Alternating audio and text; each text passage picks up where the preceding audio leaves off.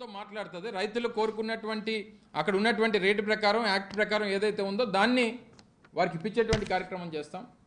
వెనుకబడి ప్రాంతం అయినటువంటి ఆ ప్రాంతం కొంత ప్రాంతాల్లో పోర్ట్ ఆధారితమైనటువంటి పరిశ్రమ వస్తే అక్కడ దాదాపు 30,000 మందికి ఉద్యోగ అవకాశాలు ఇస్తామని చెప్పారు. ఇవన్నీ జరుగుతున్నటువంటి క్రమంలో దాన్ని చూసి వారో లేకపోతే ఎలాగా? అంటే ఆ పెట్టుబడి పెట్టేటువంటి ఆ పారిశ్రామికవేత్త ముఖ్యమంత్రి గారి సొంత జిల్లా అయినంత మాత్రాన పెట్టకూడదని ఏమైనా ఉందా? చేయకూడదని ఏమైనా ఉందా? అంటే మీకు సంబంధించినటువంటి వ్యక్తులు, నీ వర్గానికి సంబంధించినటువంటి వ్యక్తులు ఎక్కడ ఏం చేసినా పర్వాలేదు, కానీ ఇంకెవరైనా చేస్తే మాత్రం తప్పు. నువ్వు నీ బ్యాక్గ్రౌండ్ లీడర్ నీ చంద్రబాబు నాయుడు గారు నువ్వు కలిసి ఎవరినన్నా ఈ రాజకీయం ఏదన్నా రాజకీయం చేసేయచ్చు. మీకు కావాల్సినటువంటి వ్యక్తులకి అప్పట్లో ఉన్నప్పుడు మీ అధికారంలో ఉన్నప్పుడు ఏదన్నా చేసేసుకోవచ్చు.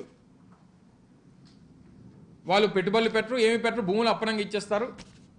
ఇక్కడ పెట్టుబడులు పెట్టడానికి రాష్ట్రం దేశానికి దిక్సూచిగా ఉండబోతా ఉంది అని చెప్పి ఈ సెక్టర్లో అని చెప్పి మనం ఆలోచన చేసి ముందుకు వస్తే దీని మీద విషం కక్కేటువంటి కార్యక్రమం చేస్తారు. సో దయచేసి వారు చెప్పినటువంటి అంశాల్లో ఏది కూడా అన్నీ కూడా తప్పుడు విషయాలు, ప్రభుత్వాన్ని నిందించేటువంటి కార్యక్రమం, ప్రభుత్వం మీద బురద జల్లేటువంటి కార్యక్రమం చేసేది తప్ప అందులో పసలేదు.